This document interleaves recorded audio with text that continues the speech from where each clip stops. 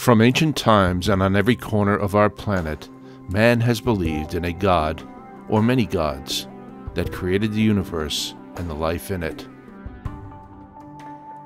It has only been in the last 2 centuries that faith in any god has been seriously disputed.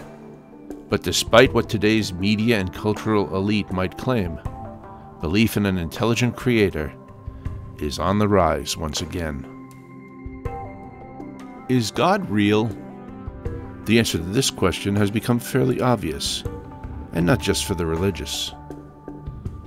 Recent scientific discoveries show that even in the most minute and basic structures of human cells, the theory of evolution doesn't just fall apart, it becomes ludicrous. Since the breaking of the DNA code, both scientists and skeptics are beginning to realize what the majority of the world already recognizes. We are not here by chance. Life, indeed the entire universe, has been designed by an intelligent being.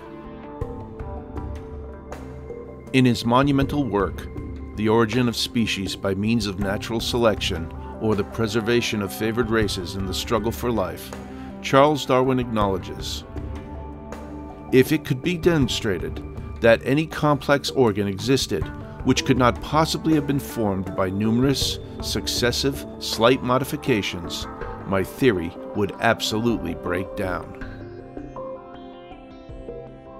Intelligent design scientists have established that living things on the molecular level are replete with such examples. Dr. Michael Behe, professor of biochemistry at Lehigh University, has coined the term irreducible complexity to explain that complex systems will only work if all the components operate at once. He explains that you could not get an intricate, interrelated system from successive and slight modifications, as Darwin proposed.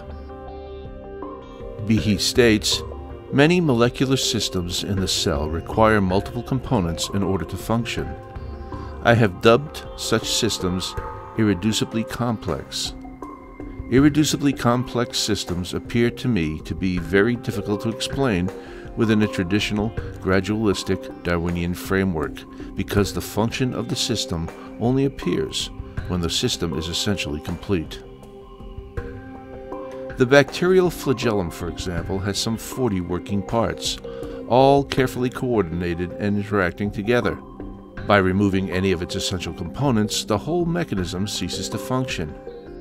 Irreducible complexity challenges the notion that all 40 parts evolved into a complex, interrelated system when none of the individual parts, whether fully or partially developed, offered any evolutionary advantage on their own. This is just one example of molecular machines living inside beings that could not have appeared in a progressive, step-by-step evolutionary process. Life did not evolve by chance, in some hit-or-miss fashion from primordial slime. The complexities of the building blocks of life point to intelligence, purpose, and design. We no longer need to ask, is God real? The questions we should be asking are, which God is the real God? Why were we created? And what, if anything, does this Creator expect from us?